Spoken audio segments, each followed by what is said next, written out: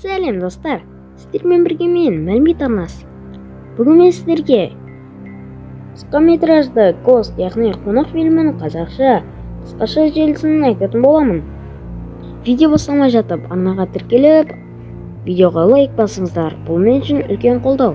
Достар, сосын бұл менің ең алғашқы фильм туралы, яғни қысқаша фильм туралы видео. Ал ендеше видеоға кеттік.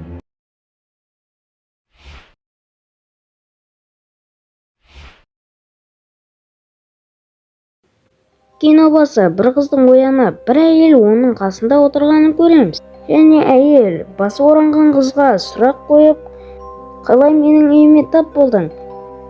Таңертең сені ванна бөлмесінен таптым. Сен қалай ол жаққа бардың деген сұрақтарын қояды. Осы жерде қыздың аты Мэри екенін білеміз. Бұл аттың қайсысы болғандықтан қазақи Мойра атын қоямыз. Әйел қыздың атын әмиясы арқылы біліпті. Және бірдеңелерді айтып, Майраның майын шіртіп қорқытып жібереді. Және қыз қалай бұндай жағдайға түскенін есіне алады. Қыз бір нәрседен қашып бара жатыр. Және үйге асығыс келіп, есікті өлгенше қаға бастайды. Және басы істеп кетіп, гүлдердің арасынан кілтті тауып алады. Есікті ашып жатқанда, опырып, қалтырап тұрғанда, Майра шет жағына қарап қалғанда көзіне шығып кеткен жылтырбас басы дәл қазанбас адам қарап тұрады. Майра есікті ашып, ізін жылтыратып кетеді. Майраның басы тағы істеп, есікті жаумай ас бөлмеге жүгіріп, пышақты іздеп бастайды.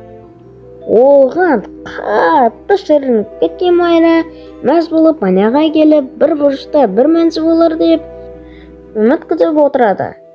Және қайтадан жанағы жылтырбас келеді де Майраға бақырайып, қарызды қайтар деген түрмен қарайды.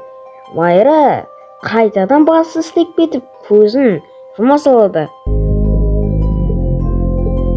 This is Elon Musk. Что-то не то был Майра. Майраға бір нормальный ой келіп, әйтеуір көзі ұндаққа сода секілді нәрсеге көзі түсіп, ана жылтырбасқа көз жобылмай тұрған жылтырбасқа көзіне кәдімгі шашып жібере ма деп тұрған кезде өз көзіне өзі шашып жібереді. Және өзінің бешбармақ құлағын кеседі.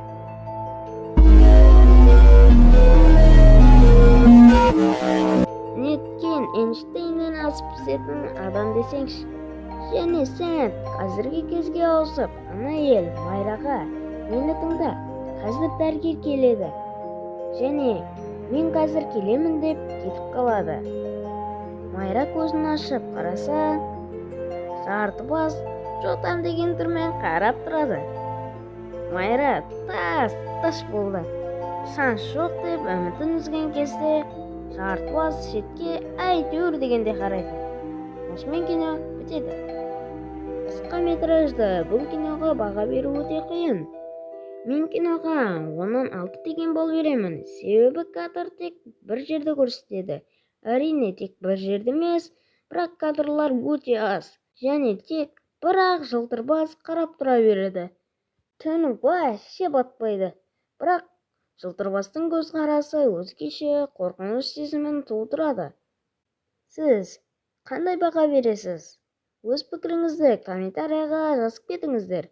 Және мен видеоны аяқтаймын. Сау саламатта болыңыздар.